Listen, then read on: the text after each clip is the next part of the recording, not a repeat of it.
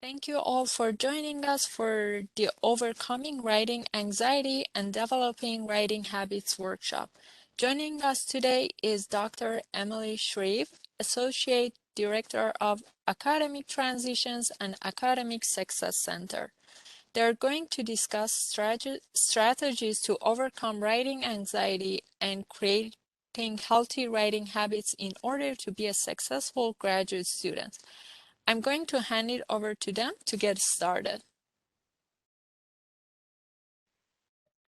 Hi, everybody.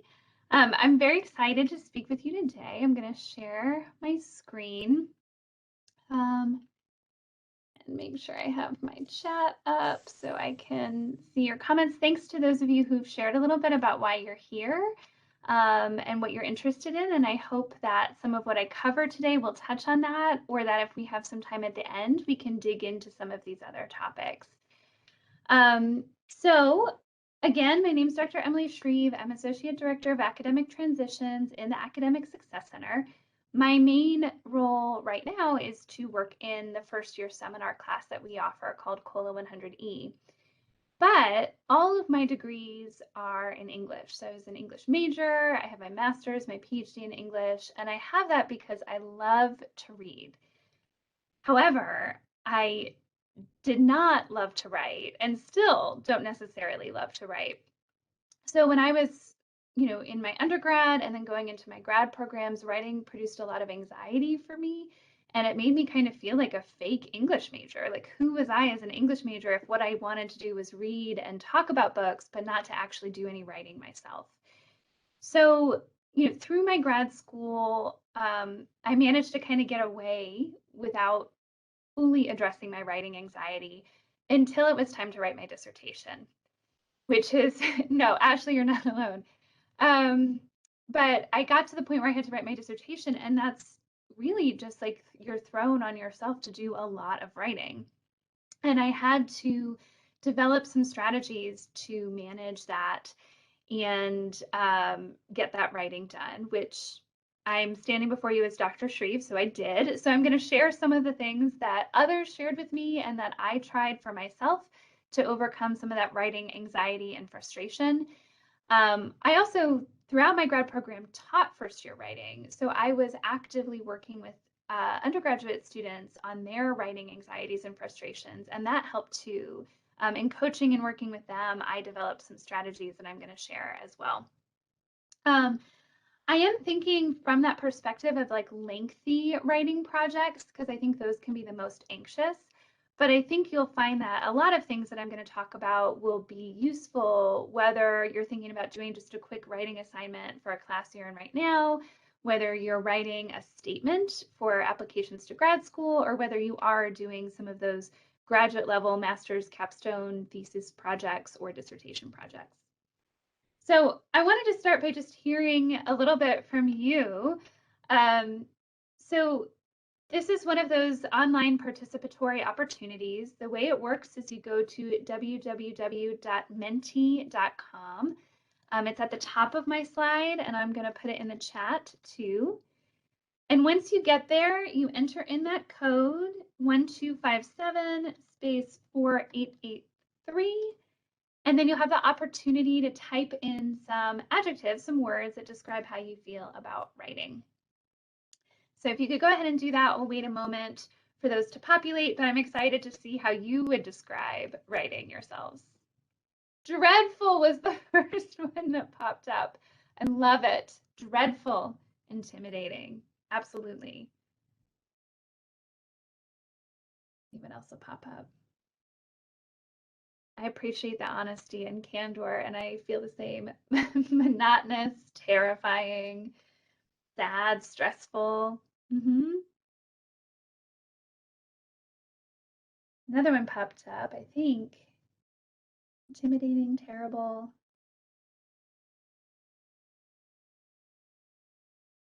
Dreadful. I'm going to do just 1 minute more to see if we get any other adjectives here. Purgatory. It does feel like purgatory. You're in between the idea and the finished product. Purgatory is probably like a good description of it. See if we get any others.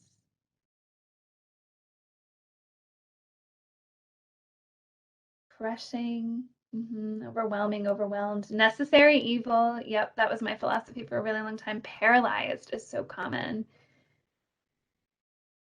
Yeah. Got about 20 more seconds, just in case anybody else wants to throw in any words. These are great words to describe it. Boring. Yeah. It's funny, I just want to point out, like, obviously some of these words are about intense negative emotions, but some of them are about the kind of lack of it, that neutral space that, like, oh, it's just this thing that has to get done. And I think that makes a lot of sense. Both are true. Awesome. Thank you so much to everybody who shared. Um, I want to ask you to think a little bit about why. If you were asked, this should have popped up automatically on your screen if you're still signed in, but if you were asked to describe like why you think writing is accompanied by anxiety, how would you explain that? Why does writing provoke some of those emotions or feelings that you shared on the previous slide?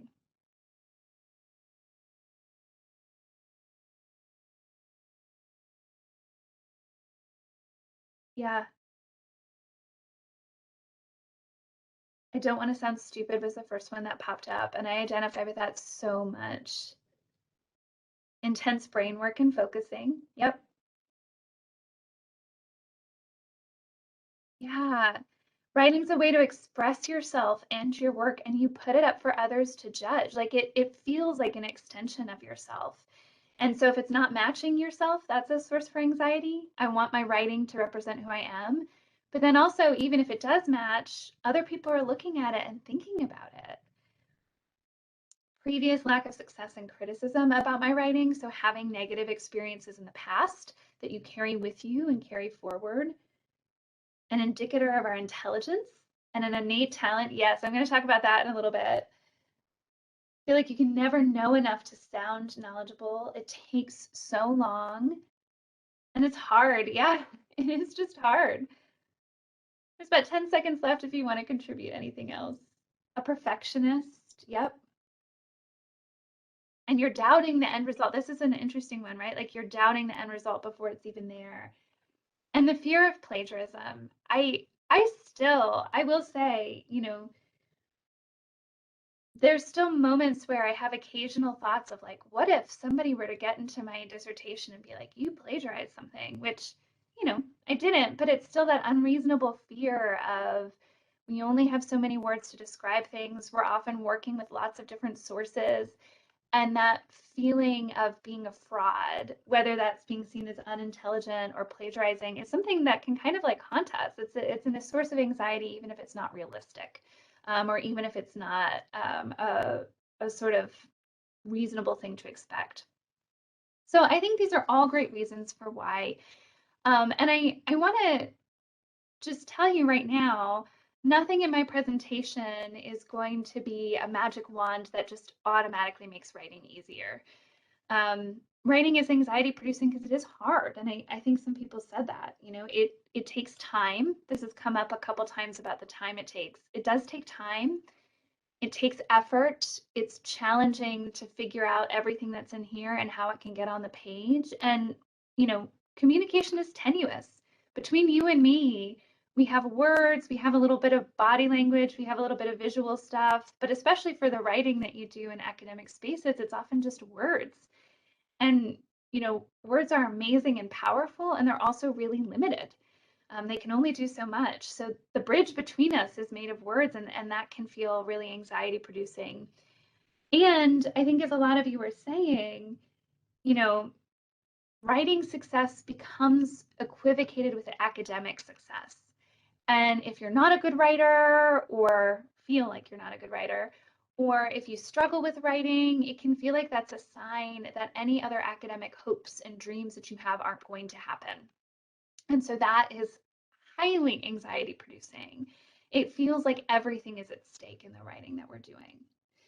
So, as I said before, I'm not going to take away the fact that writing is hard and time consuming, but I hope that some of the things I'm going to share today can at least help you talk yourself out of that latter part of the anxiety, that feeling that everything is at stake. and that you're kind of so vulnerable and laid bare in the writing that you do. So these are the goals of the workshop: to learn about some strategies to overcome writing anxiety, to talk about some healthy writing habits that you could use and put into practice, and to discuss some common mistakes and how to avoid them. I'm focusing most on the first two, and then the common mistakes I think are going to be sort of scattered throughout what we're discussing. I do want to point out, though, that, writing is anxiety producing, and I think that's natural. We're anxious because we care. We're anxious because it's challenging. And so, writing with anxiety and having anxiety about writing, I think is normal and not something to feel overly anxious about. So we don't want to be anxious about our anxiety. But if you are feeling levels of anxiety all the time, in many different spaces that are often challenging your day-to-day functioning, then that might be a time to reach out to counseling and psychological services and get some additional support for that level of anxiety. So that's something that only you can know of, sort of, is this just the natural anxiousness about wanting to do a good job, or is this really something that maybe needs some more professional help and care to get it under control? Okay, so with that caveat in place, I want to talk about some writing myths. And someone mentioned this in the Why is Writing Anxiety Producing? So I've identified 4 myths. I'm sure there's a lot more that I think are often at the heart of what makes writing so much more anxiety producing and frustrating than it probably needs to be. That first idea is that some people are just natural writers, that you either are a writer or not, that it's an identity rather than a skill and a practice. And so, like I said, that's what I felt for a long time. Like, I'm a reader, I'm not a writer. And so it made writing feel very closed off to me, and that it wasn't something that I could do or should even put effort into. But that's not the case. Even for people who are professional paid writers, whether they're authors or journalists or academics, writing is a skill set, and it's a skill set that has to be developed and that has to be grown. I don't know how many of you are familiar with growth mindset. If you are, you can shout out to it in the chat. But I think this is a real area for growth mindset for a lot of people, that, writing is a skill that I can grow and develop in, that if I put in effort, I will get better. If I use different strategies, I will feel more comfortable with this. It is something that you can learn. It's not something you're naturally good at or that you just have this innate talent for.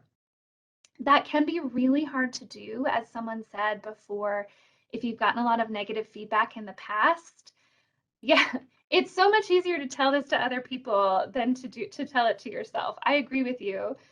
But I think if you've gotten a lot of negative feedback in the past, it's really, really hard to adapt that growth mindset. So one of the mindset strategies that they suggest is to write out some of those negative thoughts that you have about your writing, or about your capacity to be a writer, and then to change those negative statements into positive statements. So if you're writing something like, I am not a writer, then you can rearrange that to say, writing's not my favorite thing to do, but I believe that if I implement some strategies, I can at least make it more manageable for myself, or I can increase my confidence from where I'm at right now, or I can learn the writing skills I need to do the writing required for my work. So I think you can kind of talk yourself down from some of those most negative statements. The second writing myth is that you can only write or should only write when the inspiration strikes. So that writing should be something that you're just utterly overwhelmed with a desire to do, and you're going to sit down at your computer and the words are going to flow from you, and that's how you're going to get writing done. I think that myth ties into myth number 1. They feed into each other. If you never have a moment of inspiration, it makes you feel like you're not a natural writer. Surely natural writers are just inspired. They wake up in the middle of the night and scribble ideas, and then wake up in the morning and they write, and that's how it's supposed to be. But that's not the reality. Again, professional writers will say it's not just about inspiration, although it's great to take advantage of those moments if they come, but it's about putting regular time aside. It's about building a habit. It's about writing, even on the days when you feel like everything you write is terrible. And it's about kind of building those skill sets through the tough times, not just the easy times when you're feeling inspired or excited. Myth number 3 is that writing is a solo activity. And I really think all writing is collaborative. Every single thing that we write is ultimately a collaborative piece. Obviously, it doesn't feel like that when we're students and we are doing writing that is going to then be graded in a course.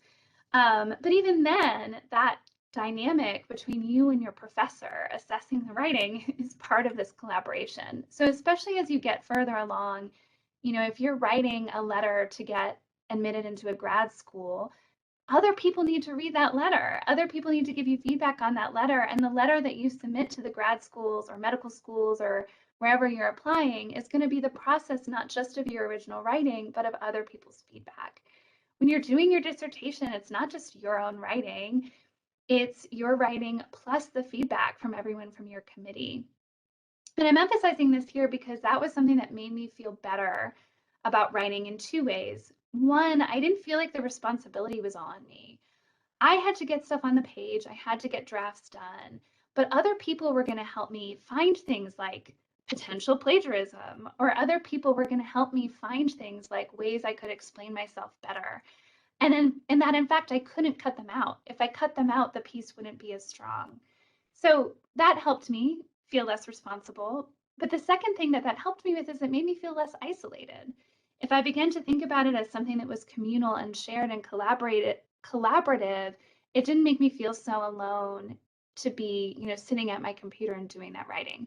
I still had times of solitude when I just had to sit down and write, but I knew that solitude was going to be rewarded by conversation and connection afterward. And so that was really helpful for me. Then myth number 4 is that writing is supposed to be the end result of your thinking and that it carries permanency. What I mean by it being a way of thinking is that it's not like we think in our brain, we come up with all the words, and then we put them on the page perfectly. Actually, it's in the process of writing that we better figure out what we want to say. Because a lot of times when we're thinking about things, we're not thinking in complete sentences. We're not thinking in paragraphs up there. We're not thinking in, it fully fleshed out as if it was a piece for someone else to read. There's instinct, there's gut, there's images, there's other things up there. So it's the process of putting it on the page, choosing a word and realizing it's the wrong word, thinking of an order and realizing it's a messy order, that actually helps us not just get the ideas on the page, but figure out what the ideas even are. This is something I did not think was true until I got to my dissertation. Because when I was always doing procrastinated last minute writing, yeah, I mean, what was on the page was what was in my brain because I didn't have any time to think through it more. When I got into bigger writing projects, I was able to see how writing it down actually helped me better develop my ideas, better figure out what they are, and even come up with brand new ideas I didn't even have until I had sat down to write. So remembering that the writing is part of the process as thinking and they're not these two separate things is really important. And then it's also writing is a conversation over time. So yes, you will write something down. Perhaps it gets published in a newspaper, it's a blog, it's an article in a scholarly research journal, and it feels permanent. And technically it is, it's there and everyone can see that. But research and publications are conversations, right? People change their thoughts all the time. People add new ideas. People go back to the same ideas and approach them in new ways. So yeah, there might be a timestamp for some of the things that you're writing, but you're not tied to that. No one's going to say, if you wrote this one particular idea for your master's thesis in 2022, then that's what you have to believe about that topic for the rest of your life. It's not true. Your interpretation of a book can change. You can do more experiments and get greater knowledge on a particular scientific thing. You can tell science isn't my area because I struggle with then finding good examples. But you see what I mean? It's a process. It's conversation. It's changing. And even though it feels more permanent, I think reminding yourself that it's just a conversation with timestamps can help a lot. Any questions about these myths or anything that you might want to throw into the chat before I talk about our next topic?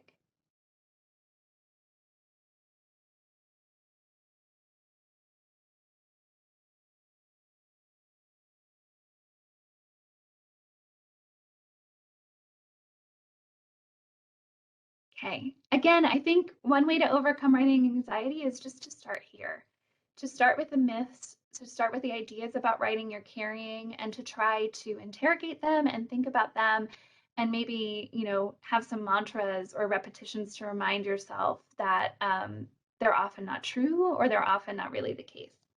Okay. So with that said, that's great. It's a starting point, but I have a couple other strategies that are broad strategies to help you with your writing anxiety or moments of writing resistance in general. So one of the biggest things I think is to conduct informational interviews specifically about writing. Ask your professors about their writing practices and their writing feelings. Ask your peers about their writing practices and writing feelings. If you're talking to professionals in a career or grad program or professional program you're interested in, ask them, how much of a role does writing play in what you do and how do you tackle it? I think that, we've seen this in a couple of the comments, people saying, oh, I thought I was alone, or, it's easier to say this to somebody else than to say it to myself. And I think that having more direct conversations about writing, its challenges, its ups and downs, everything like that does a lot to demystify it and to keep it from being something that's wrong with you personally and more just something that's about the actual challenging, difficult work of writing itself. So it makes it about writing the act versus about you as a writer. There's also there's really cool books about writing. There's a set of interviews from the Paris Review where famous authors talk about writing, and that can be really fun to read and see them talk about their struggles.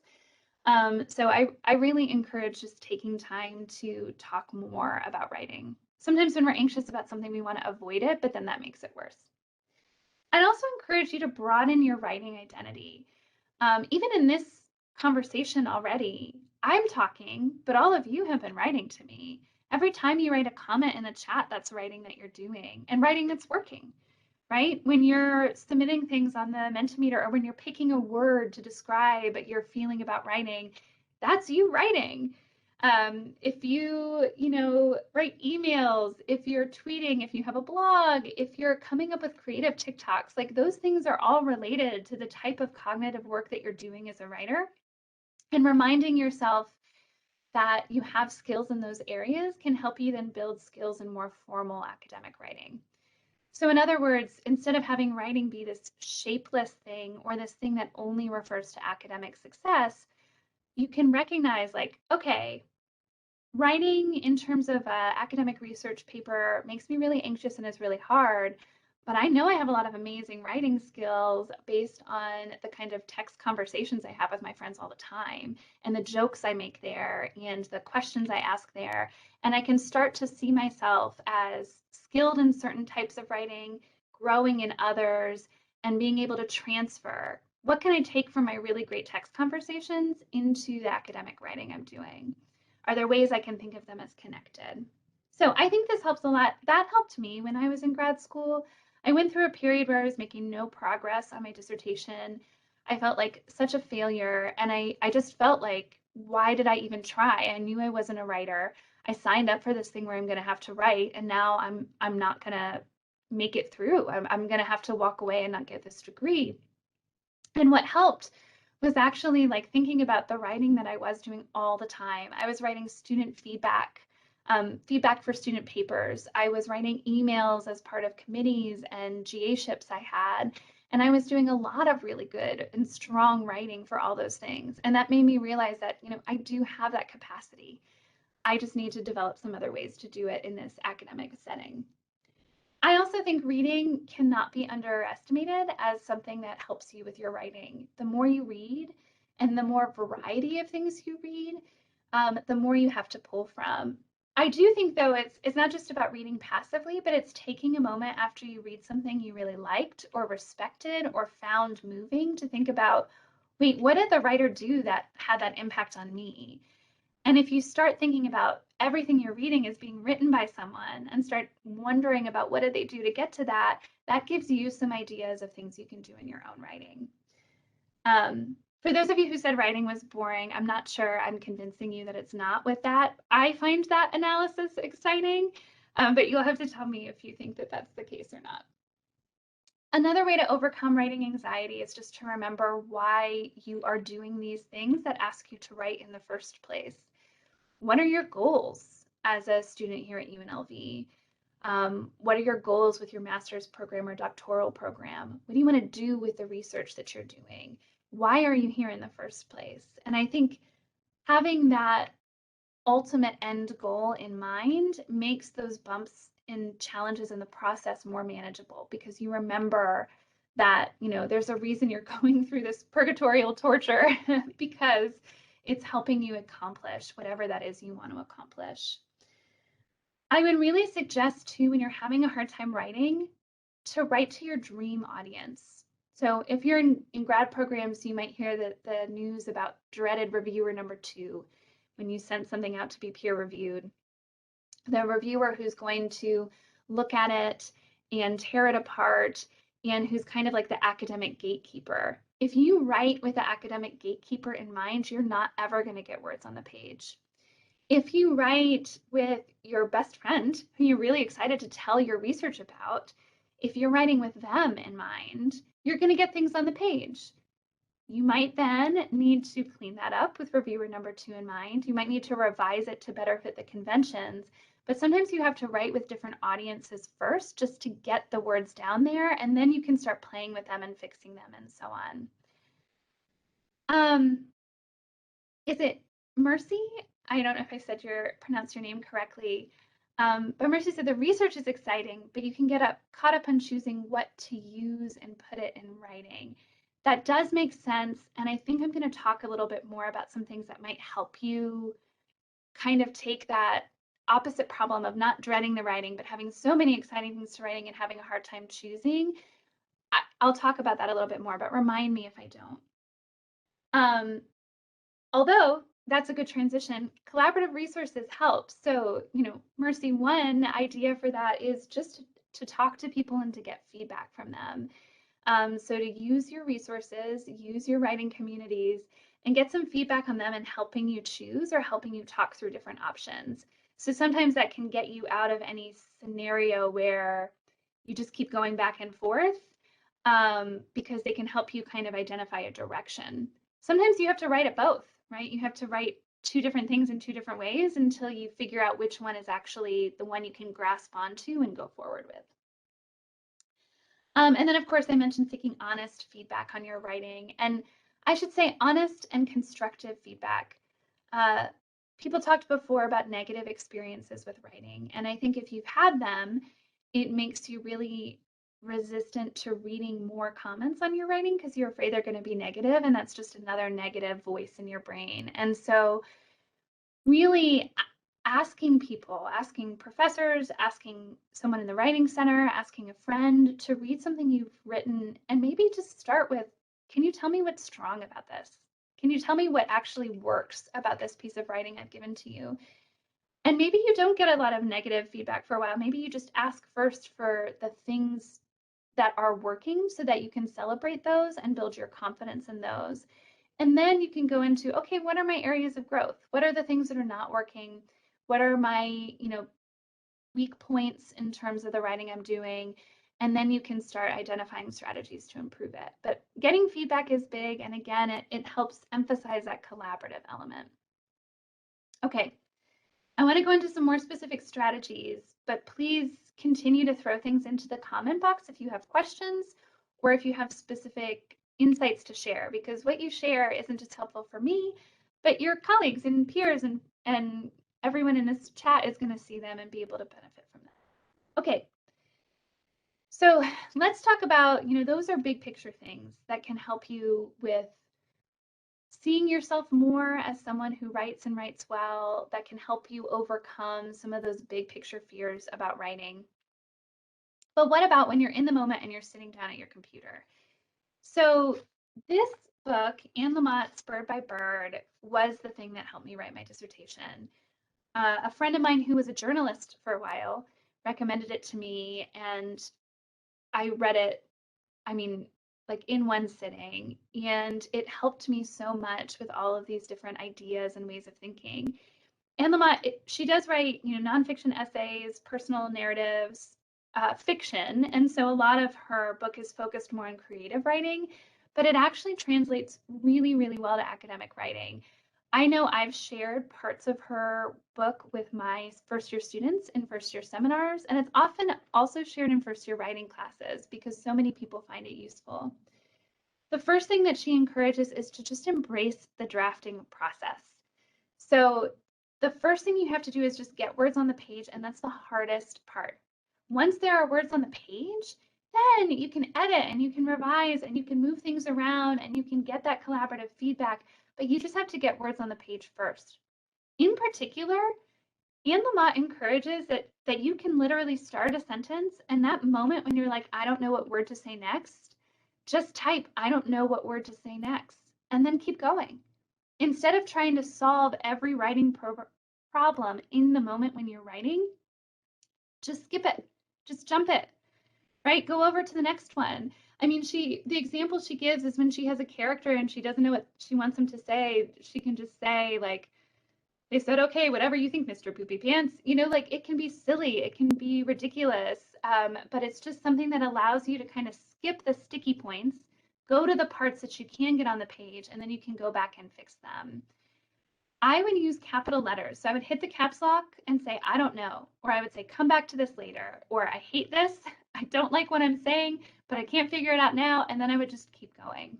It was so useful. And yeah, Ashley, Mercy, this is so helpful for perfectionism if perfectionism is what is kind of holding you down. For the downdraft, updraft, and dental draft, what that means is a downdraft is when you're just trying to get words on the page. The updraft is when you fix it up and make it actually clear and you get rid of those moments and side note comments to yourself.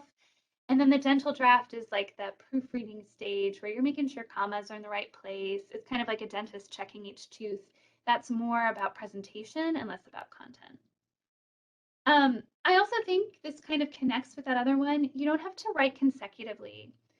One of the biggest pieces of advice I used to give my first year writing students is you don't have to start with your intro. The intro is so hard to start with, right? You're trying to think about how to engage your reader. You often then go into those really kind of stereotypical openings, like since the beginning of time, everyone has been anxious about writing. It's not really the space where it's you being the most you. So sometimes it's helpful to write about the part you're most excited about, or write about the part that's most intriguing to you. Jump down to some paragraphs, like do paragraphs on some of your evidence, do paragraphs on the literature review, jump around there, and then you can come back and add intros and conclusions, and you can come back and do that other work once more of your actual ideas are on the page. And yeah, Charlie, that's exactly it, right? I love the makeover tendency, like get the structure on the page, and all of the makeover part of it can come later in revision. I noted here you don't have to write in the same document. Sometimes when I was working on something for a long time, the document itself started to make me like sweat. Like you would open it and it would be all the things that you were trying to figure out or sentences you didn't really like. And I was like demotivated before I'd even started working again. So setting up a second Word document or a new Google Doc and starting clean, maybe you're like, okay, I want to write about this one point I'm trying to make, but I'm feeling that this is cluttering me. So I'm going to go to this new thing. And I'm just going to write that paragraph on its own and I can copy and put it in later. So that really helped me a lot too. And then, Anne Lamott also suggests using small assignments and thinking bird by bird. So breaking that whole big paper or dissertation or whatever it is you're writing into smaller components and working on them bit by bit. I will tell you, there were days in the dissertation period where I was like, okay, I'm going to get up and write my dissertation today. Now, I never actually thought I was going to write this entire multi-chapter piece in one day, but that's what it felt like, that it was like I had to get up and I had to do it and I had to do the whole thing. And it's much more motivating to say, I'm going to write one paragraph today. I am just going to try to revise those 2 messy paragraphs I wrote yesterday.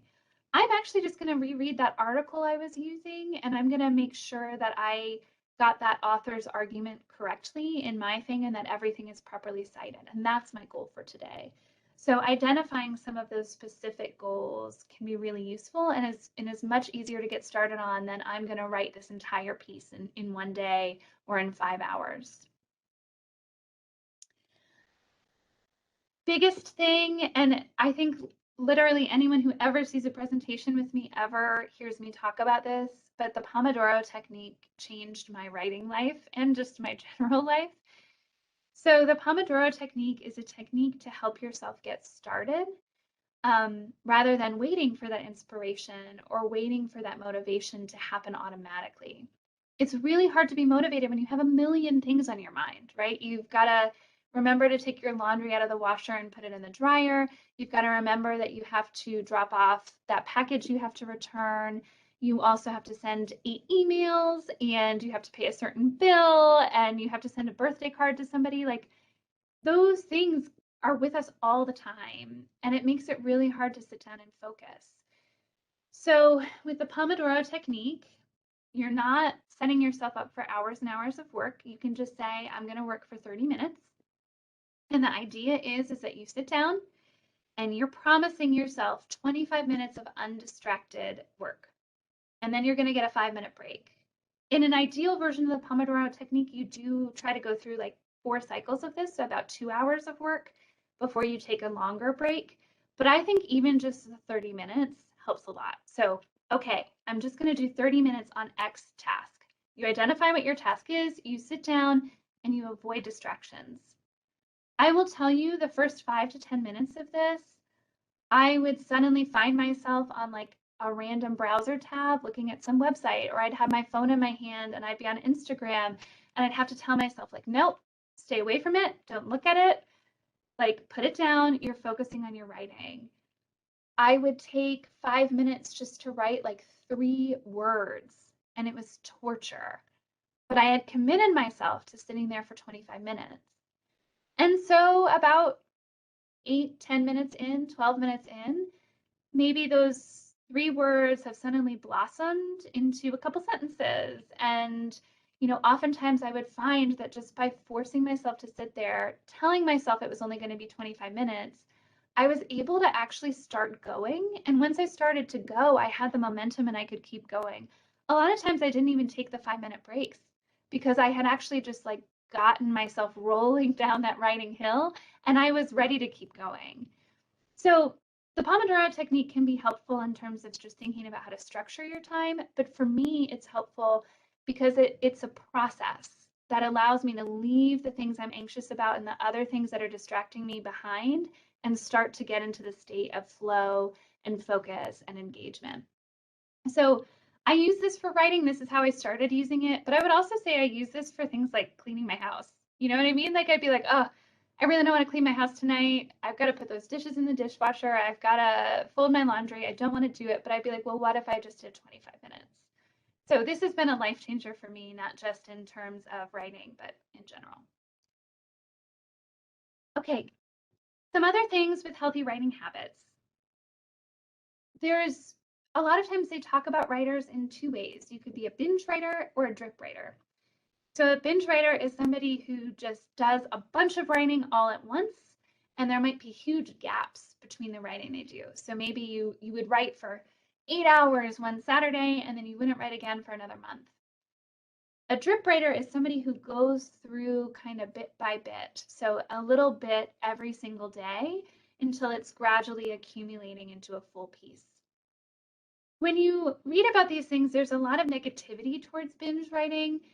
So a lot of people will say that, drip writing is about having a writing habit. And if you're going to have any kind of job, whether that's in academia or, just business or any kind of job where you have to do regular writing, being a student, It's better to start a habit where you're doing a little bit of writing pretty much daily than to do the binge process, right? Because the binge process often isn't sustainable and it doesn't work for really, really long projects like master's theses or dissertations. However, increasingly, there have been people who said, you know what, yeah, the binge might not be the most ideal, but sometimes it's all that we have based on work schedules, family commitments, if you're taking care of children, things like that. And so sometimes binge writing is the only option. So I prefer to have a more neutral stance over binge versus strip writing, but I want to encourage you to have some structures that make either one of them work. So basically, what I would be encouraging is that your approach to writing is about an intentional structure and style rather than anxious, I guess I have to do this now, I'll do whatever, and then I don't think about it again. So building a habit, no matter how it's structured. I think experimenting to find the writing structure that works best for you is important, and it might change. It might change semester by semester as your schedule shifts, and it might also change as you have different life challenges or life experiences that cause you to have to write in different ways.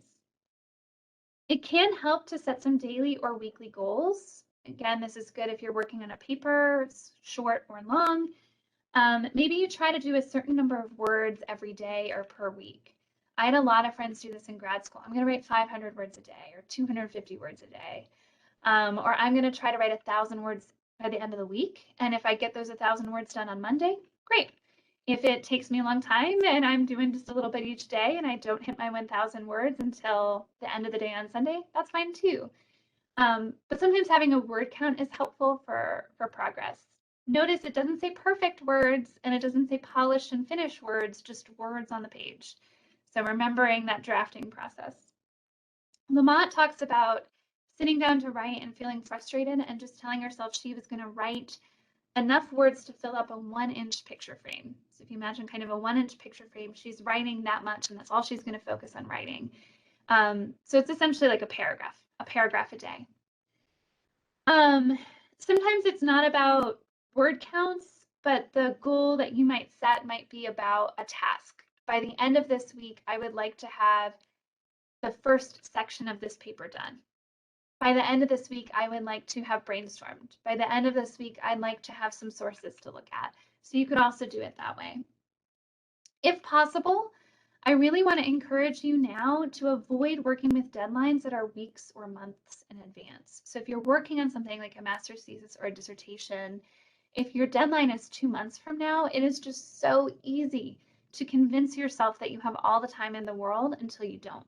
So that's why I think a weekly schedule or a daily schedule where you're checking in regularly and you're aware of the passage of time is most helpful to developing some writing habits that serve you and allow you to accomplish your goals. It can also be helpful just to do time habits. I'm going to sit down for 30 minutes every day. And sometimes in those 30 minutes, I'm going to write and I'm going to be so happy with what I did. Sometimes in those 30 minutes, I might only change one word in one sentence. But every day for 30 minutes, I'm going to work on this piece of writing. That can be so helpful. It could be an hour. It might be a weekly total. Especially if you have a changeable schedule, it might be helpful to say, okay, I pledged that I'm going to work on this piece of writing for 8 hours this week. And again, there might be a couple days you don't do it, but if you're not doing it Monday, Tuesday, Wednesday, you know you have to make sure you have time on Thursday, Friday, Saturday to fulfill your promise to yourself. So you can budget with yourself like that and you can play around with that. But that can be a useful way too to just sort of build a habit of sitting with your writing regularly. Know when you work best and when you can work. My biggest problem was I thought of myself as a night owl, which I was, but I thought of myself as like, I wanted to do my writing at night. I wanted to sit there when everything was quiet and just be like me and my writing. And that was great if I wasn't already working all day. And when you've worked all day and you've already been doing a lot of writing all day for the jobs you're doing and you're tired, you're not going to be motivated to sit down and write. So then I would never write. So that's why sometimes you get that advice of eating the frog first. This is a Mark Twain quote, but the idea is to, in the beginning of the day, do the thing that you're dreading or do the thing that is hardest for you to do. Get it done early when you have more, I guess, sort of emotional and physical energy. And then everything else is easier throughout the rest of that day. So maybe you do your 30 minutes a day in the morning and then you get to do other things. Yeah. Tiana, I hear you on that, right? If you're writing all the time for your GA ship, how do you've already expended so much of that writing time there. It does get blurred. That's a perfect description for it. So that might mean you need to build a structure where you create space for your writing, perhaps before you go into your GA ship, depending on when your 5 hours are. Or perhaps there are days that are separate. You know, if you have 4 days a week with that GA ship, maybe you just come to peace with like, on those days, I'm doing GA ship writing. I'm not going to do those other things, but then I'm going to use these other 2 or 3 days to do my own writing, and I'm going to build a structure that works for me for that. The mind can get blurred, and it's a challenge. And so sometimes different writing habits and spaces can help you make those distinctions. I'm going to talk about that on the next slide. And then I was just going to say, if it's possible, avoid building for yourself long writing chunks if you know that that's demoralizing for yourself. So sometimes people are like, great, I'm going to build a schedule and I'm going to leave myself 8 hours a day to write this. But if you hate writing, you're not going to be excited to sit down to write for 8 hours and you're not going to do it. So don't do that. Do smaller chunks that you know you're more likely to show up for. Okay, with that said, some other things, accountability is really meaningful. You can be accountable, self-accountable, but also there's lots of different people that can help you. I found meeting with my advisors regularly was helpful. For my dissertation, I had one of my committee members who was like an idea person. And so at the beginning of writing projects, or when I was getting stuck in a writing project, I knew I could go sit in his office and just talk. We just talk it up. And it would help me get my energy back and help me work through stuck points. I had another committee member who was like the disciplinarian. She was like, you have to get me some kind of writing by this date. And so I would have to get it to her, and then we would be able to do the revision stuff together. So those two committee members worked really well for me. I didn't realize that's what I needed until we were in the midst of it. I wish I had known because I would have asked for it earlier. So that's why I would say if you know there's a writing structure, like you want to meet every other week because it's going to help you stay on task, verbalize it. Your committee members, your mentors might not be able to help you with that, but you can at least say it and you can see if you can find a meet in the middle, or they might give you some ideas for another way to get that same support, even if they can't give it to you themselves.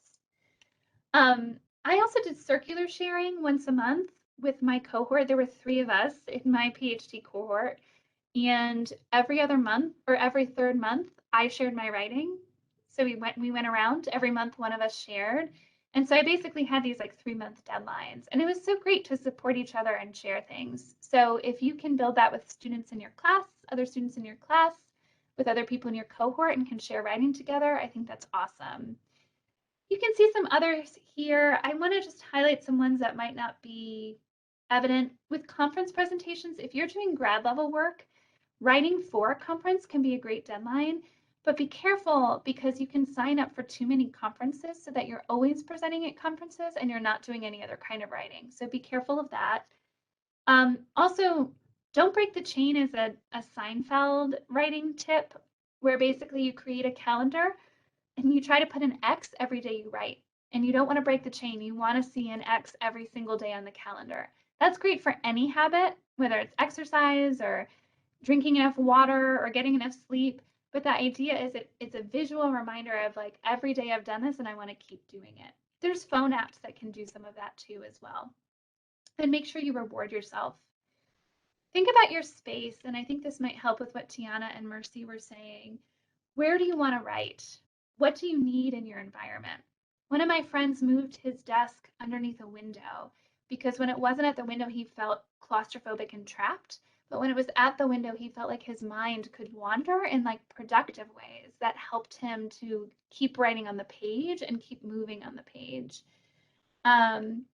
I've often found if I am at work all day and then I need to do writing, like grading writing, if I go home, I'm going to sit on the couch and I'm going to lose energy. So going to a coffee shop or transferring to the library or staying later in my office helped me actually push through and get that writing done. When I was reading in grad school for my classes, I often got confused between the books I was reading. And so I found reading certain books in certain spaces helped me keep track, right? I was reading this book here and I could remember being in that space. So this one was on my living room couch, this one was in my bedroom, this one was on campus, and it helped me keep things straight. So sometimes you can use those physical cues. Think about what gets you in the mood. For me, a cup of coffee always makes me feel like more of a writer. I don't know why, but it does. Or a cup of tea, some kind of hot beverage makes me feel more in the mood. Focus music playlist makes me feel in the mood. So build rituals for yourself that helps you get in that mindset. Also reset as needed. So I don't know if we have dissertation boot camps or things similar here. I thought we did, but that was really useful at my campus where it was 2 days where if you've gotten out of the writing habit or gotten stuck, you could just focus on it for 2 days and then just, oh, good, there is one. Good. Yeah, it's so useful. It gives you a chance to kind of get back into things, to feel like you're connected to other people that are working too, and to push you through. I did some writing retreats too with my best friend in grad school. We were really lucky to find a really cheap Airbnb in Savannah, Georgia. And we would write all day and then in the evening talk about our writing and talk about things we were experiencing and have some good food. And we did that at spring break a couple times, and it was really meaningful for helping push through because there was a little bit of a reward element, and there was a little bit of a, just ability to focus. Also, take breaks, just like with physical training. You need rest days to reset and to help yourself kind of get going again. So writing every day might just totally kind of melt your mind, and so you might need to make sure you build yourself time to reset, especially between chapters or projects. And then also, I just want to point out that if you're writing something and you're realizing it doesn't work anymore, that's not failure, that's discovery, right? If you're working on a chapter or a paper and your idea has fallen apart, that doesn't mean you've failed on that writing or with that paper. It means you've discovered something new and you get an opportunity to now take that discovery and move it forward. So don't be afraid of those moments because, that's actually what we're doing, right? That's what we're trying to figure out.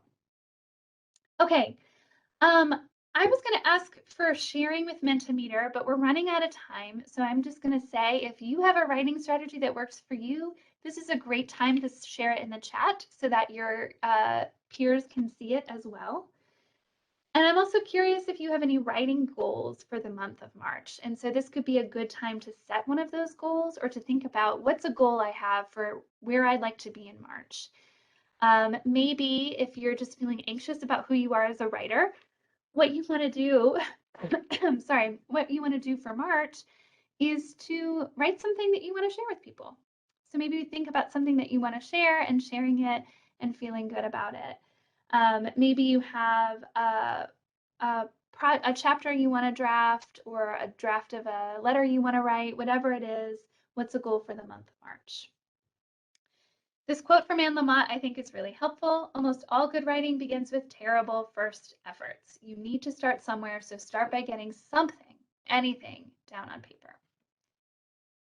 So with that, I'm going to turn it to you for questions. I know you all had lots of great feedback about things you're managing, and I'm not sure I addressed everything specifically, so this is a chance to get back to some of those things and to share things with one another and to ask questions. My email address is there too, and you're always welcome to contact me. Audrey mentioned website blocking browser extension, and that you are absolutely right that in combination with Pomodoro, that's so good. I would also say going to a cafe and not connecting to the internet and putting my phone away. So you really are just like you and the word processor together is really helpful because if I saw emails coming in, I would want to address them and manage them. So that can be helpful. Those are great. Other writing tips, other writing questions. I'm going to go back through the chat and see if there's anything as well.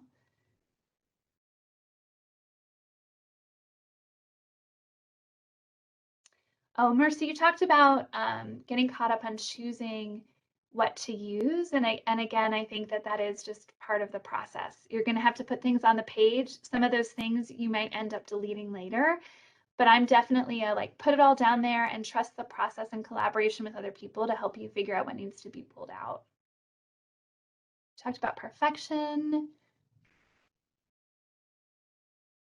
Hard time getting one thing done. Charlie, I think the Pomodoro technique does really help with that. You know, just in this 25 minutes, I'm going to try to do this one thing. And that can help you with doing the things that are taking you away from your writing too. Like that might be another way to do it. Um, and Raymond, you talked about an inordinate amount of time. And I guess I would just say, who sets that standard, right? It actually just might be the time that you need. Or maybe it is an inordinate amount of time because you're distracted, and that's more about like space and getting in a distraction-free zone and getting into a flow. Um, but it does just take time, so don't stress too much there.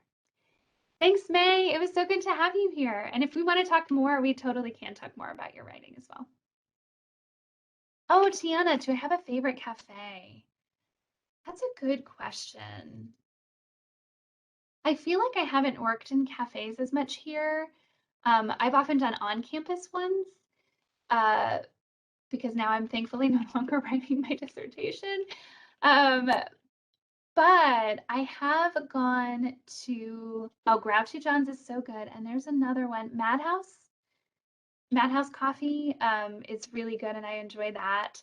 I also really like Publicus sometimes. Publicus always feels a little like extra fancy to me, but it's been nice to go over there occasionally and get some good food and maybe do some reading or journaling. Yeah, outlines are helpful. Charlie was also, have you done reverse outlines too? I think that's really useful as well, where you can let yourself just kind of write a messy document and then outline after once you've kind of gotten some things down and you see where you're headed. Yeah, awesome. I'm gonna stop sharing. Oh, Raymond, I don't present on reading strategies. I do have some tips though. So if you email me, for a while I worked for a company called the Institute of Reading Development, and they talked about different reading strategies. So I can share some strategies to help increase reading speed. So you can email me those and I'll talk to you about them. Yeah, thanks.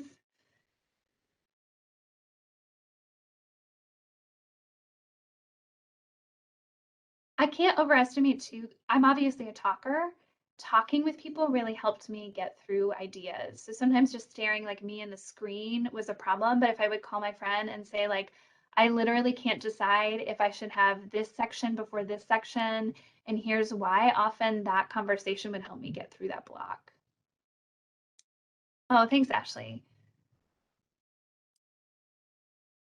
All right, I'm not sure if we have any more questions.